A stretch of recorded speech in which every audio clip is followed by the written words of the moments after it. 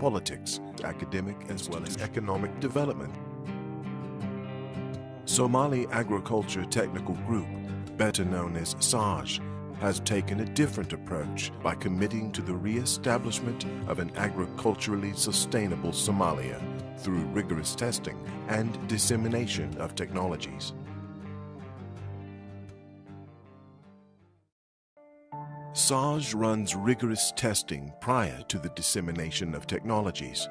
Over the years, SAAG has introduced many different crop varieties, including dwarf papaya varieties, early maturing cowpea and mung bean varieties. Also the testing of various forage species such as Sudan grass, alfalfa, Rhodes, Napier, and dolichos grass.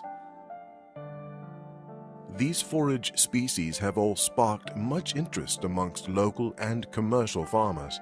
However, before introducing these new varieties, SAAG conducts soil analysis to determine the nutrient levels of soils in major areas of Somalia, and thus has confirmed deficiencies in phosphorus and nitrogen.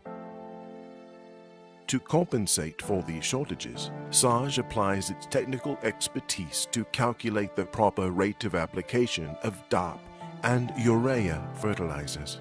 Apart from soil analysis, other forms of technology testing SAAG has introduced are drip irrigation, manure composting and rates of application, soil steaming, and also the testing of natural pesticides readily available in Somalia, such as neem oil. And finally, for SAAG, good agricultural practices have always played an important role in the dissemination of technologies.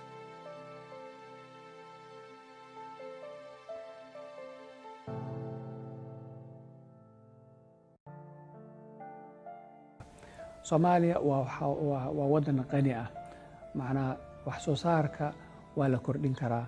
Wabiya ayaa leenahay oo macnaa biyo joogta ah laga heli kara.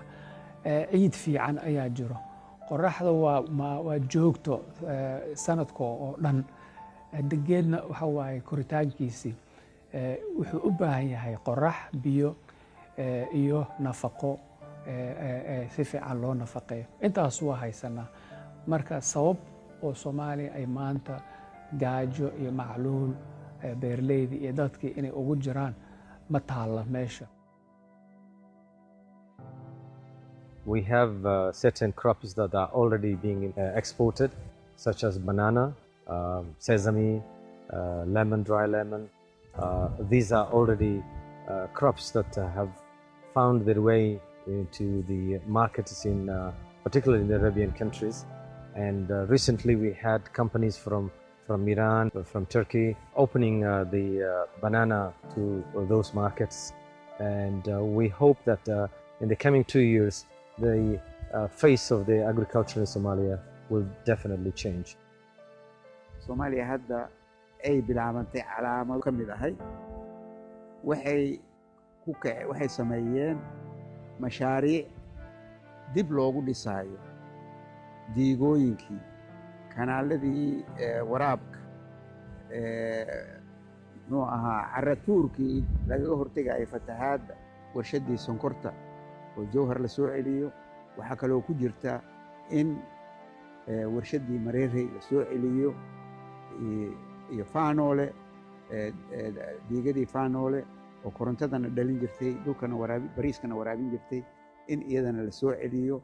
in gabdhihii ay raggi ka horeeyaan oo aqoon yeesheen jaamacadaha beeraha ka soo baxeen oo tijaabooyin sameeyeen oo wax soo saarkii dalka isu taageen miyay bannaanka kala yimideen, dhulkiina waa haystaan. Marka waxaan rajaynaynaa mustaqbalka soo socda waddanka Soomaaliya wax la isku halay kara inay ka soo bixi doonaan xagga beeraha, xoolaha iyo beeraha. Annagoo rabno inaan young generation yaryar oo aan soo saarno oo improvement fara badan inay ka geystaan dhulka ka geystaan.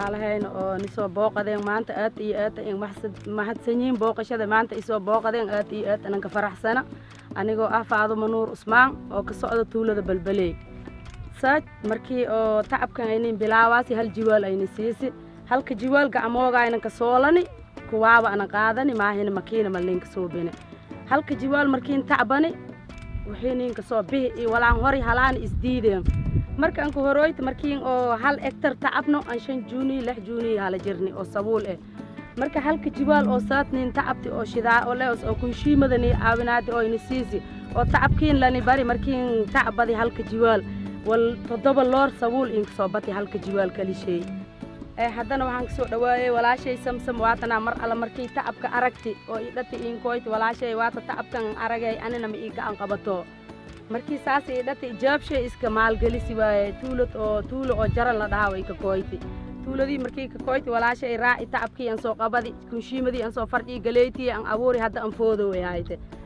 in tacabkii la maxdi ilaahay qof kale aan soo dalbado gali aad iyo aad mahadsantiin haddana wiisnin qabatan iyo wala ka wiin asiin ka sugu haynayna siin qabatan camal ah oo haga jiheeya aqoontii iyo materialkii wixii loogu talagalay siiya farmerka naftirkiisa oo ah midka beneficiary-ka ah isagana ugu lagama harina waxaa lala galay heshiis la yiraahdo memorandum of understanding saajna waxay bixinayso asagana wixii laga rabo sida in dhul laga rabo waraabkiisa inuu og yahay dhulkiisa galeed inuu waardiyeynayo waxyaabaha safar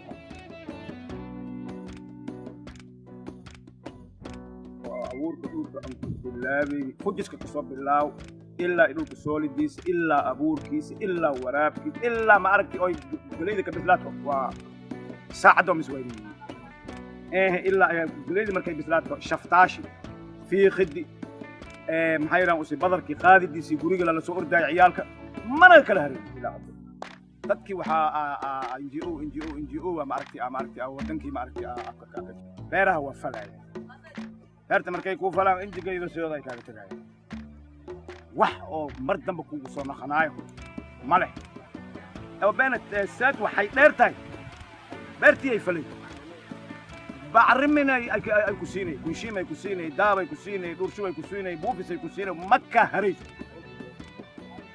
fahmino انت ولا ايماني عقفال نوجيده ماشيدان laga tagay macnaha oo hadda oo daawada oo balka u tareysana ma fahansaneen hadda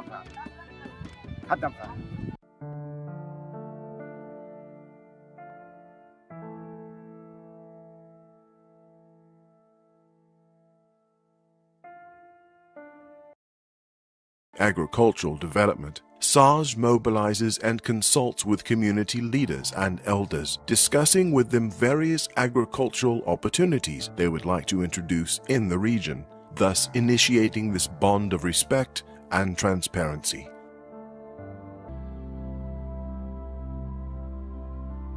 Demonstration plots are also a key to SARS's success.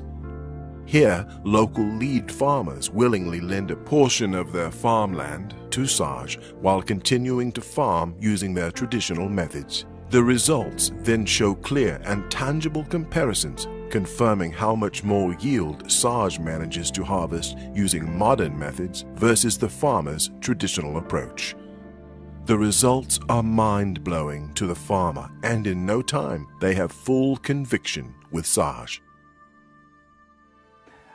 apart yani markii laga saaro international organizationska waxaa kaloo si toos ah wada shaqeynaa hay'adaha maxalliga ah sida jaamacadda Banaadir oo kale jaamacadda Camuud oo kale iyo macna NGO-yada Soomaaliya ka howlgala agro dealerska business community-ga waxa waaye inay noqdaan wax isku xiran macna tijaabo iyo farsamo la tijaabinayo kaliya wax ma anfacayso farsamadii haddii la tijaabiyo la arko in ay noqon karto wax laga macaasha waa inay jiraan dadkii businesska community-ga ahaa ama agro dealerska ahaa ama seed producerska ahaa ama farm machinery-ga ku shaqo lahaa inay ayagana socodsiiyaan in waxa kateenadaas inay isku xiranto ayaa loo baahan yahay sidii horumar dhaqaale oo wadanka loogu gaari lahaa oo loogu bixi lahaa abaarooyinkan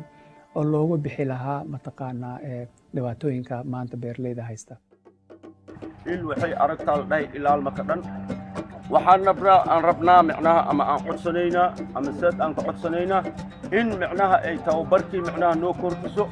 waxaan arki jirin ayayna tuseen tacab oon weligaana arkin oon aabbahayna tusin hooyadayna tusin abkoogayna tusin ayayna tuseen. wixii anaga ektar aan ka heli jirnay juweelku inaan ka helnay ayaan idin sheegaynaa. waxaan shalay arki jirin amba haysan jirin ayaa maanta isoo dirseen. ilaahay xaggiisayna ka timid saad xaggeedayna ka timid. marka juwaalihii waa ka guulaysanay sidii oo ektarkii wax ka bixi jiray iyo haddeer wax naaga baxo wax isu dhow ma daaja diidimid dabuulka waa kana hallaa loo reebo haya tacab unika kanteynin ayayna tusti. waa la wadaa hawsha wax joogsanayna ma aha inaan sii badinimaan wax un gadaal agana qamaynana insha allah ma aha. marka weliba waxaan ka sii jeclaan lahayn talaabta hadda meeshay taagan tahay in yacni dhanaa sii dhaqaajiyo hore loo sii dhaqaajiyo. anigana waxaan rabaa wixii aniga aan dhalay cumrigaasaan jiraa inaan tacabkaas hadda ka dambe inaan tuso seed i tusto. abuur baa loo dhiibay beer baa lana siiyey abuur samaysan waan wada abuurnay waanoo soo baxay maasha allahu kaana hadduu anoo toos abuurkii. waxaan rabaa wixii gadaashayna jiro taaj inay gacanta ka qabato jabbaluul dhan gacanta ay ka qabato. waxaan aad iyo aad aan u hamiyey inaan hay-adda saad waxyaabaha ay u qabahayso ummadda oo ah sida beeraha kaale arag beerihii oo dhalkooda ahaay halkii jibaal meeshii 3 loor 4 loor ka dhalaysay ektarkii ayaaba jibaalkii ka dhalaay 3 loor bar laana dad wax soo bartay oo ummadii wax u qabahay ayaa noo yimid anagana inaan ka faa'iideysto madaxeeda ayaan ugu tagay hay'adda aan macnaha u weydiistay in anigana wax ii qabtaan.